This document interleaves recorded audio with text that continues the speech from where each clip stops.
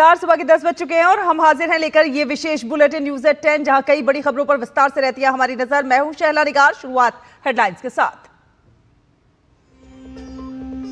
78वीं पुण्यतिथि पर प्रधानमंत्री नरेंद्र मोदी ने राष्ट्रपिता महात्मा गांधी को किया नमन। पीएम अब से कुछ देर बाद राजघाट पर सर्वधर्म प्रार्थना सभा में लेंगे हिस्सा।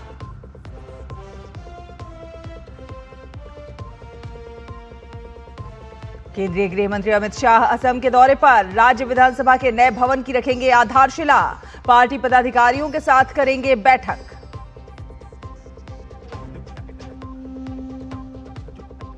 नई दिल्ली में आज होगी भारत और अरब देशों के वरिष्ठ अधिकारियों की बैठक। साझेदारी के विस्तार पर रहेगा जोर। भारत और यूएई कर रहे हैं सह अध्यक्षता।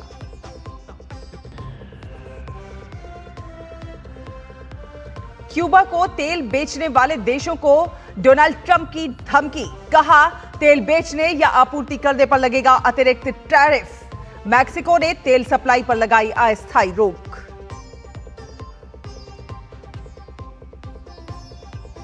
ऑस्ट्रेलियन ओपन के पुरुष एकल सेमीफाइनल मुकाबले आज। जोकोविच के सामने होगी सिनर की चुनौती। वहीं अल्कराज का मुकाबला अलेक्जेंडर ज्वेरेव से।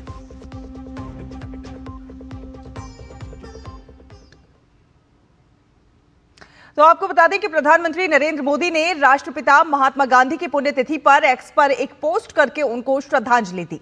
उन्होंने अपने पोस्ट में लिखा कि राष्ट्रपिता महात्मा गांधी को उनकी पुण्यतिथि पर मेरा शत शत नमन।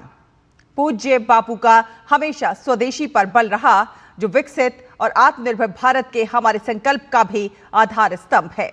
उनका व्यक्तित्व और कृतित्व देशवासियों को कर्तव्य पथ पर चलने के लिए सदैव प्रेरित करता रहेगा। और केंद्रीय गृह मंत्री अमित शाह ने भी बापू को नमन किया है। अमित शाह ने सोशल मीडिया प्लेटफॉर्म एक्स पर कहा कि महात्मा गांधी जी को उनकी पुण्यतिथि पर कोटिशः नमन। महात्मा गांधी ने भाषा, क्षेत्र, जाति में बटे देश को एक करके आजादी के आंदोलन को व्यापकता दी। स्वदेशी, स्वाधीनता और स्वच्छता को एक सूत्र में बांधकर गौरवशाली भारत की कल्पना करने वाले महात्मा गांधी जी के विचार हमें प्रेरित करते रहेंगे।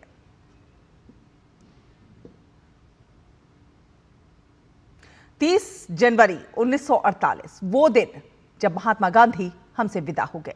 उनका जीवन, उनकी सोच और उनके आदर्श आज भी हमें प्रेरित करते हैं।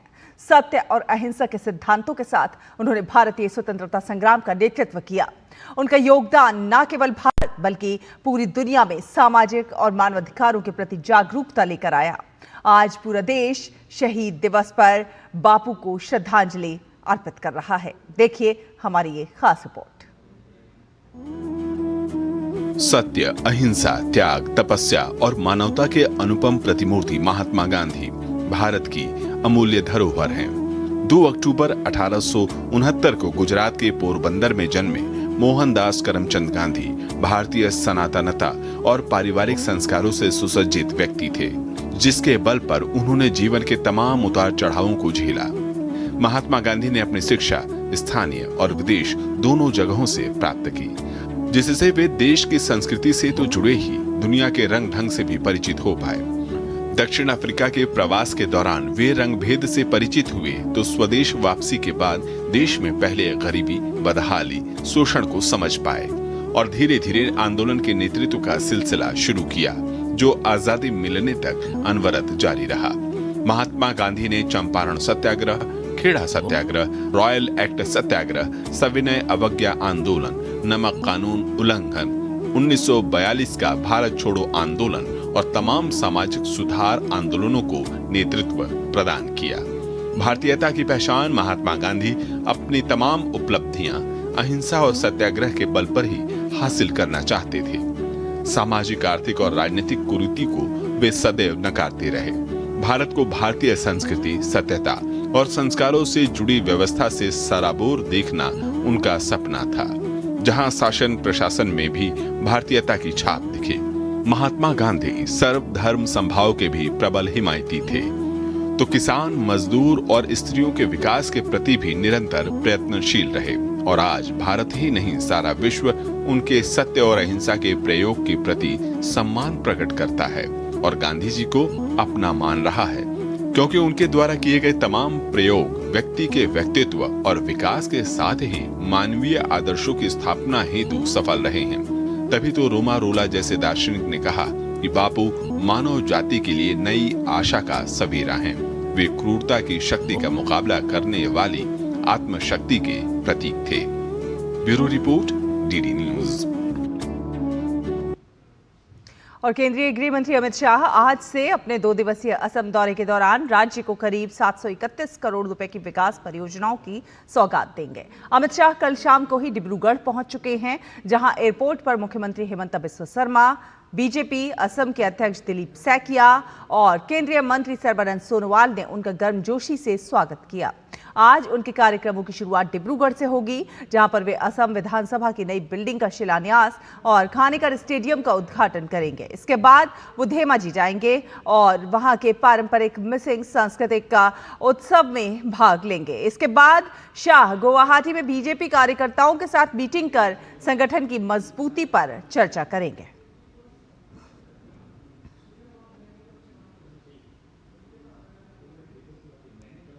और भारत में कल दूसरी भारत अरब विदेश मंत्रियों की बैठक होने जा रही है। भारत और यूएई इस बैठक की सह अध्यक्षता करेंगे। इस अहम बैठक से पहले आज भारत अरब वरिष्ठ अधिकारियों की बैठक भी होगी। कल होने वाली बैठक में अरब लीग के महासचिव और सभी 22 अरब देशों के विदेश मंत्री, अन्य मंत्री और वरिष्ठ अधिकारी शामिल हो रहे हैं। ये बैठक 10 साल के अंतराल के बाद हो रही है। पहली भारत अरब विदेश मंत्रियों की बैठक 2016 में बहरीन में हुई थी। 2016 में हुई बैठक में मंत्रियों ने सहयोग के लिए 5 मुख्य क्षेत्रों में सहयोग पर बल दिया था, जिसमें अर्थव्यवस्था, ऊर्जा, शिक्षा, मीडिया और संस्कृति शामिल थे। विदेश मंत्रियों के इस बैठक में मौजूदा सहयोग को आगे बढ़ाने के अलावा साझेदारी के विस्तार पर जोर रह सकता है। और भारत और यूरोपियन यूनियन के बीच हुए फ्री ट्रेड एग्रीमेंट पर हमारे संवाददाता शैलेंद्र मिश्र ने विदेश राज्य मंत्री कीर्तिवर्धन सिंह से विशेष बातचीत की है। कीर्तिवर्धन सिंह ने इस समझौते को भारतीय उत्पादनकर्ताओं के लिए बेहद अहम बताया है। आप भी सुनिए। यूरोपियन यूनियन के साथ एफटीए हुआ है, भारत का एक बहुत बड़ी डील है। इस पर बातचीत करने के लिए मौजूद हैं विदेश राज्य मंत्री कीर्तिवर्धन जी। सर, प्रधानमंत्री नरेंद्र मोदी ने भी आज इसका जिक्र किया। दुनिया देख रही थी इस ट्रेड डील की तरफ, किस तरह से आप देख रहे हैं? ये यूरोपियन यूनियन के साथ एक ऐतिहासिक ट्रेड डील हमारे देश की हुई है कि इंडिया, हमारा देश भारत, पूरे दुनिया में एक शक्तिशाली देश बन के उभर आया है। चाहे आप इसको वित्तीय दृष्टि से देखें, इकोनॉमिक दृष्टि से देखें, या चाहे आप इसको एक मिलिट्री ताकत के रूप में देखें। पिछले कुछ दिनों में, पिछले कुछ महीनों में हमारे इस दुनिया में जो तरह तरह की टैरिफ को लेकर बातें हो रही हैं, जो तरह तरह से टैरिफ को एक जियोपॉलिटिकल वेपन की तरह, जियो इकोनॉमिक वेपन की तरह यूज़ किया जा रहा है। मैंने तो पहले भी कहा था कि हमारा देश इतना इकोनॉमिक रूप से इतना हम लोग मजबूत हो चुके हैं कि हम किसी एक देश के टैरिफ तय करने से हम लोगों का कोई बहुत ज़्यादा नहीं बिगड़ता है। दुनिया के सारे देश हमारे देश पे भरोसा करते हैं, और ये तब संभव हुआ है जब से आदरणीय मोदी जी ने लीडरशिप यहाँ के हमारे देश की संभाली है। मंत्री ने आज कहा कि जो भारतीय उत्पादक करता हैं वो क्वालिटी प्रोडक्ट बनाएं, जैसे कि ये जो 27 देश जिनसे डील हुई है उनसे हमारा एक संबंध बने, लॉन्ग टर्म हम उनसे रिश्ते बना पाएं। बहुत महत्वपूर्ण बात कही। हमारे माननीय प्रधानमंत्री जी की देन है, हमारे एक्सटर्नल अफेयर्स की जो पॉलिसी है उसकी देन है। लेकिन इस डील को आगे तक ले जाना एकदम सही बात माननीय प्रधानमंत्री जी ने कही है। ये जो हमारे मैन्युफैक्चरिंग सेक्टर है, हमारे इंडस्ट्रियलिस्ट हैं और जो हमारे उत्पादक हैं, वो उनको देखना पड़ेगा कि इतना बड़ा उनको एक अपॉर्चुनिटी मिली है। इसमें तो हम लोग के लिए गर्व की बात होनी चाहिए कि कोई भी सामान अगर बन रहा है तो अपने भारत देश में सबसे अच्छा सामान बन रहा है, उसी की पूछ होगी, तो हम लोगों के लिए गर्व की बात है। तो इसमें वित्तीय लाभ भी है और अपने देश का गर्व भी है, और इसका सम्मान माननीय प्रधानमंत्री जी को तो है ही है, उसके बाद जो हमारे वर्कर्स हैं उनके भी सम्मान की बात। कीर्तिवर्धन सिंह विदेश राज्य मंत्री, किस तरह से ये जो ट्रेड डील हुई है इसका फायदा मिलने वाला है भविष्य में भारतीय कंपनियों को, भारत के कामगारों को, युवाओं को, उस बारे में जिक्र कर रहे थे। कैमरामैन मोहित के साथ शैलेंद्र मिश्र, डीडी न्यूज, दिल्ली। और तमिलनाडु के तिरुपुर में AEPC export promotion sub committee के चेयरमैन KM सुब्रमण्यम ने Bharat EU free trade agreement FTA पर खुशी जाहिर की। उन्होंने कहा है कि ऐतिहासिक एग्रीमेंट है जो सफलतापूर्वक पूरा हुआ है। We are very happy and we most welcome the historical event. In Tirupur, we are doing around 45,000 crores apparel exports from this region. We are doing around 25% of the business to European Union, all the 27 countries. We may expect 15% growth for the first year itself after commencement of this historical trade agreement. UP के भदोही में budget सत्र शुरू होने पर CEPC के vice president Aslam महबूब ने भारत के कालीन उद्योग के लिए EU के साथ फ्री ट्रेड एग्रीमेंट के संभावित फायदों पर जोर दिया। उन्होंने कहा कि आने वाले समय में हर सेक्टर को इससे फायदा होगा।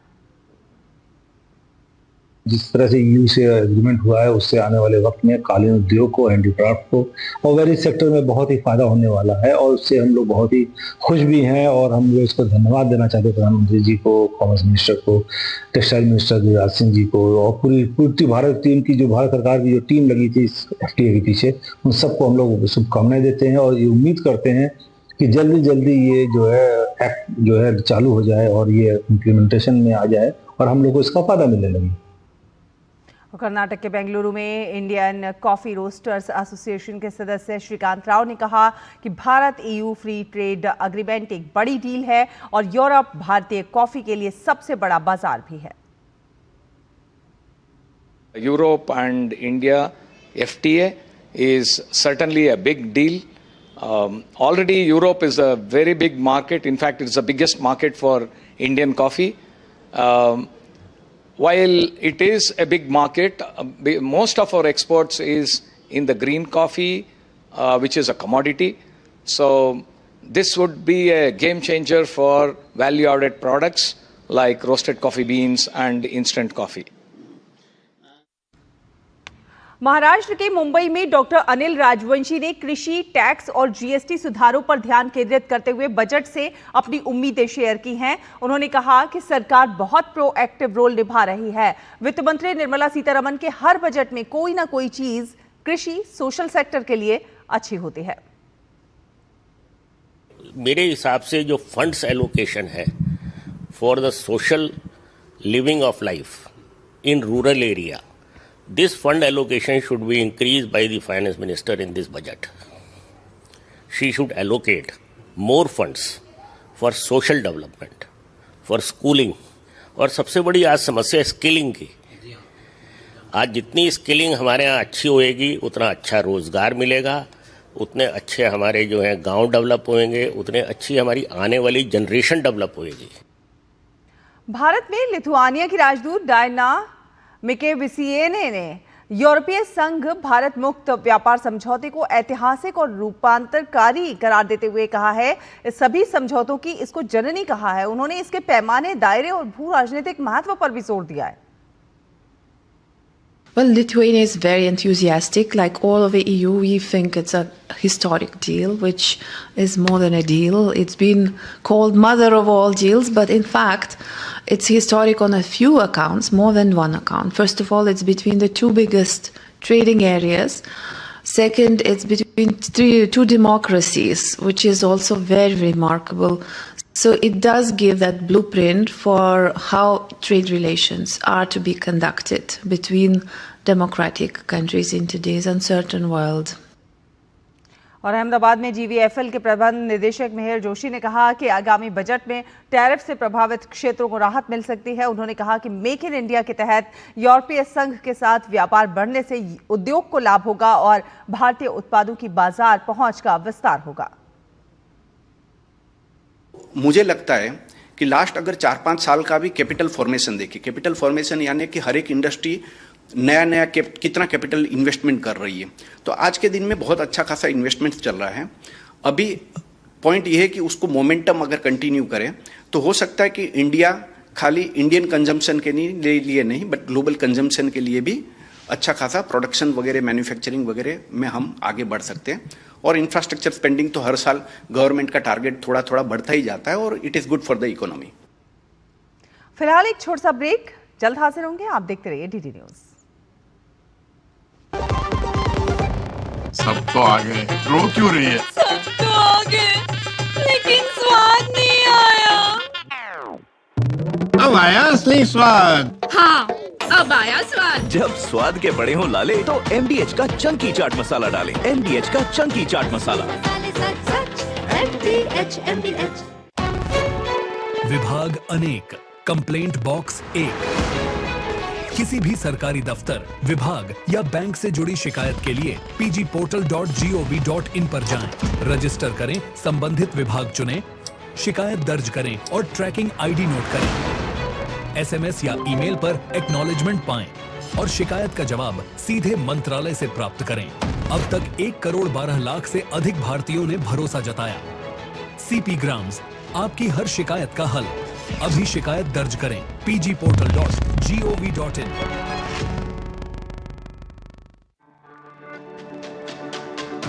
मेरी पसंद, मेरी पसंद, मेरी पसंद, मेरी पसंद, हमारी पसंद, हम सबकी पसंद। मजबूत देश का मजबूत सरिया हो गया स्टील। सुनो, एक अच्छी इंश्योरेंस पॉलिसी AI से पूछते हैं। एक ऐसी पॉलिसी जिसमें प्रीमियम पेमेंट हो लिमिटेड पर इनकम आती रहे लाइफ टाइम। LIC का जीवन उत्सव। एक ऐसी पॉलिसी जो दे होल लाइफ इंश्योरेंस कवर भी। LIC का जीवन उत्सव। वाह, चलो तो LIC की जीवन उत्सव पॉलिसी ही लेते हैं। मैं भी तुमसे यही कह रही थी। LIC का Jeevan Utsav. Lifetime celebration मनाइए। LIC के जीवन उत्सव के साथ फ्यूचर सेट है।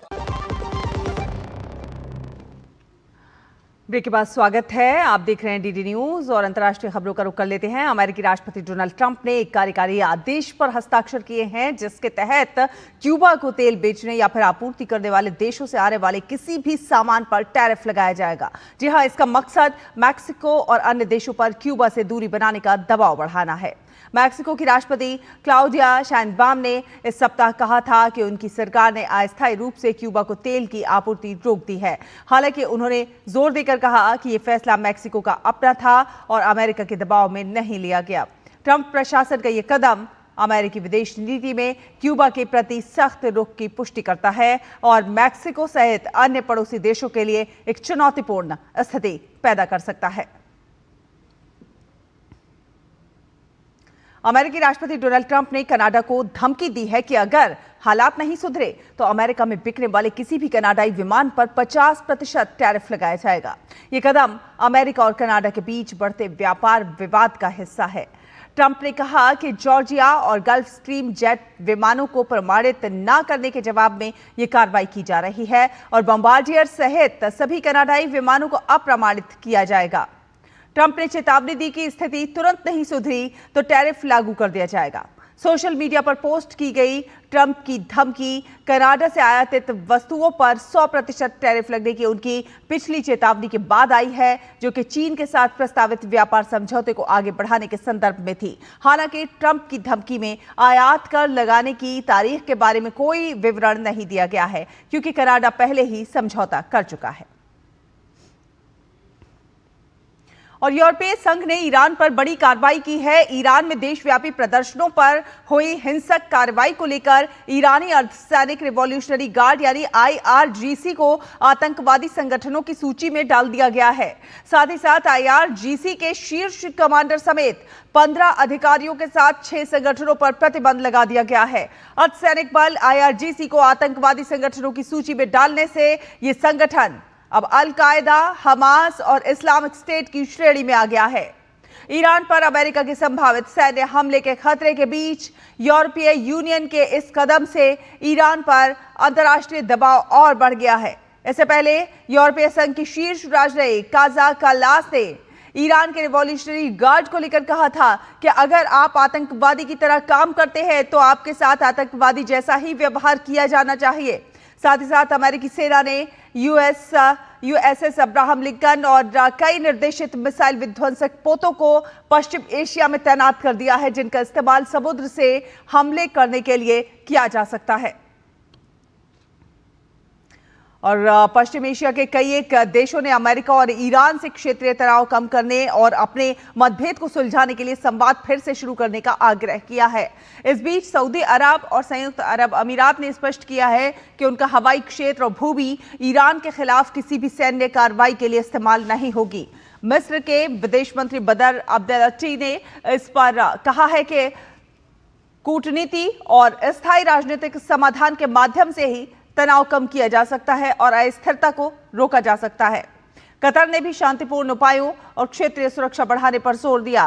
तुर्की ने चेतावनी दी कि ईरान पर हमला युद्ध भड़का सकता है और कहा कि तेहरान अपने परमाणु कार्यक्रम पर फिर से बातचीत के लिए तैयार है। तुर्की के विदेश मंत्री हाकान फिदान ने कहा है कि अमेरिका को कदम दर कदम वार्ता के जरिए मुद्दे सुलझाने चाहिए, शुरुआत परमाणु कार्यक्रम से हो।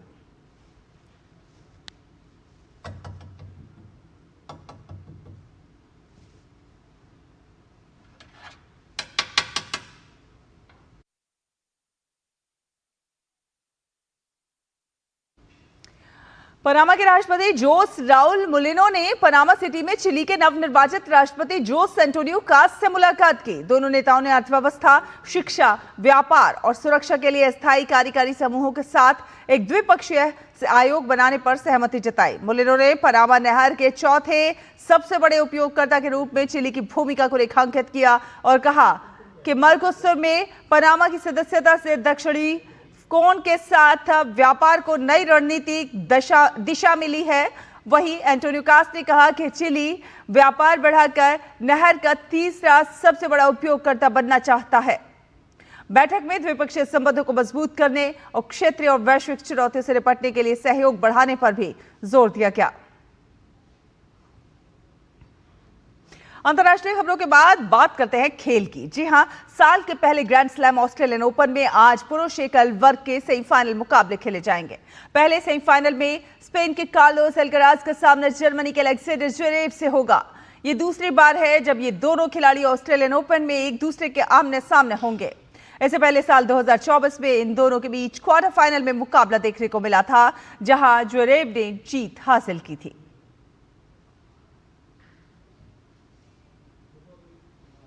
वहीं दिन के दूसरे सेमीफाइनल में 25वें ग्रैंड स्लैम खिताब की तलाश में सर्बिया के नोवाक जोकोविच इटली के यानिक सिनर के सामने होंगे। जोकोविच 10 बार ऑस्ट्रेलियन ओपन का खिताब अपने नाम कर चुके हैं और ऐसे में उनकी कोशिश रहेगी कि वो 11 के आंकड़े तक और करीब पहुंचे। हालांकि जोकोविच को क्वार्टर फाइनल में वॉकओवर मिला था, जहां पर वो 2 सेट से पीछे चल रहे थे। वैसे ये दोनों खिलाड़ी अब तक 11 बार एक दूसरे से भिड़ चुके हैं, जहां बढ़त यानिक सिनर के खाते में है। इसी के साथ इस बुलेटिन में फिलहाल इतना ही। डीडी न्यूज पर खबरों का सफर लगातार जारी रहेगा। आप देखते रहिए डीडी न्यूज। नमस्कार।